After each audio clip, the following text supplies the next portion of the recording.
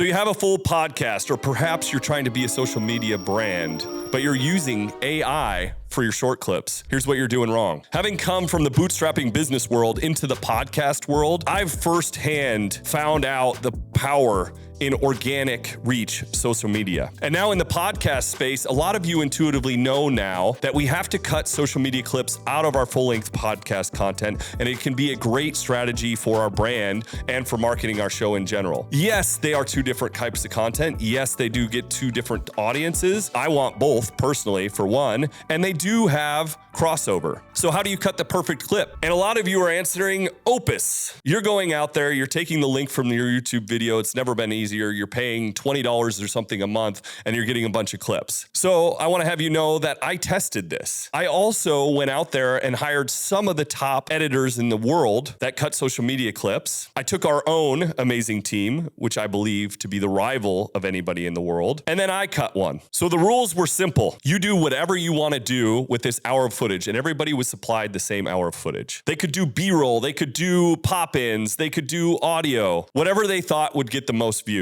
And then we tested those on an actual account. Guess which clip did best? Not to pat myself on the back, but it was mine. And I am the worst of our editing team. So what did I do differently that everybody else did not do, and what you can learn from in this video? I looked at the footage and I watched for upbeats in the host. I watched for a time that they got really excited, and that's where I made the first cut. I didn't do all the fancy pop-ins or the music or anything else. I just did simple captions, and I bordered my clips usually around 30 to 45 seconds. So when you're thinking about Opus, one thing I can tell you is Opus cannot catch emotional hooks, and that's everything I looked for. So the best way is if you physically cut your clips, and I'll make another video at some point how you can do this in a couple minutes. A lot of you think out there the key to cutting a good social clip is all the fancy stuff and the music and everything else, and it is not. Don't get me wrong, with the right clip that maybe can add some value, but I've felt overall cutting the podcast in the exact moment that leaves a good message with the proper hook by far and away outweighs everything else. I'll make another video on how to do this yourself, but currently you have the option. You can cut a video clip yourself, you can hire a team to do it, or you can use something like Opus Clip. I want you to have social media clips. I think it's extremely important. So bare minimum, if there's nothing else you can do, use Opus. But Opus is going to automatically give you some clips, and I implore you to go into those clips that it automatically chooses, which it will save you some time. If you're going to cut the clips yourself, look for emotional hooks and other things that are going to captivate that audience in the first couple seconds. With Opus, you're going to need to make some adjustments there because you're physically going to have to look for that. I'm all for having you have social media clips. You absolutely should. This is the way to cut them properly. And that, folks, will change the game for you on social media content and cutting clips out of your footage. I guarantee it. Stay tuned for more videos here from AZ Pod Studios, Backlot Studios, and Business Radio X. Remember to connect to us as we get communities together here in the great state of Phoenix, Arizona,